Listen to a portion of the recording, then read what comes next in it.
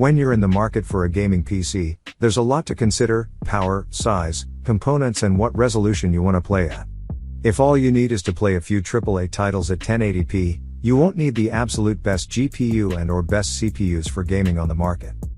But if you want to play at 1440p or 4K, then you need to start thinking about saving more for your rig. So, without further ado, let's get to the video. Many mid-tower PCs are charmless affairs devoid of character. The Dell G5 adds some gamer-centric flair to the front to break free of the bland.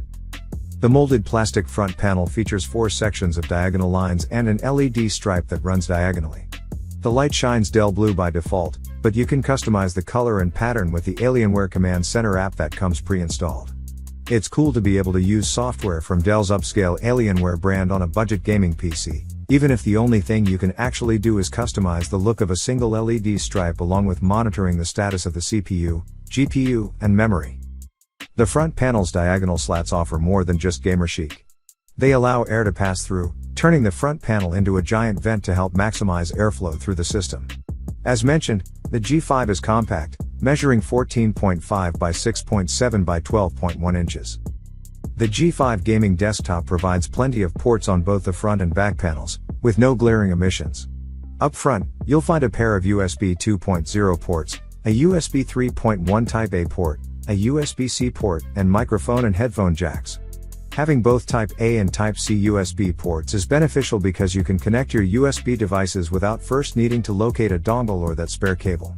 You're out of luck, however, if you use flash memory cards. A card reader is missing.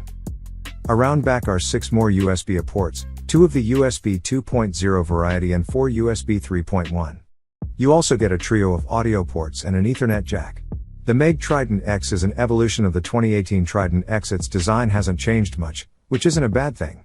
It still looks sleek and upscale. MSI includes a second right panel made of tempered glass for an edgier, reflective look. It further emphasizes the tower's 4-zone RGB lighting. Let's not overlook one of the main reasons to buy this PC: its size. The case is just 15.6 by 5.1 by 15.1 inches for a volume of just 10 liters. A mid-tower gaming desktop can encompass more than 30 liters, so this is quite the slimming down. Though its game console-like appearance might make you want to put the MEG Trident X on its side, for thermal reasons it can be oriented only upright. Its permanently attached base contains 2 small fans that send exhaust through vents on the bottom edges. The PC has additional fans in the CPU cooler, power supply, and graphics card. Though the MSI's overall noise level isn't nearly silent like the Corsair One series, it's no louder than a typical gaming mid-tower.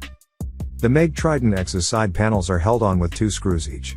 Most of the components are behind the right panel, where the cables from its 650-watt SFX format modular power supply are intricately routed throughout. It's a major plus that this tower keeps its power supply internal instead of resorting to an external laptop-style brick. Last, let's check out the connectivity.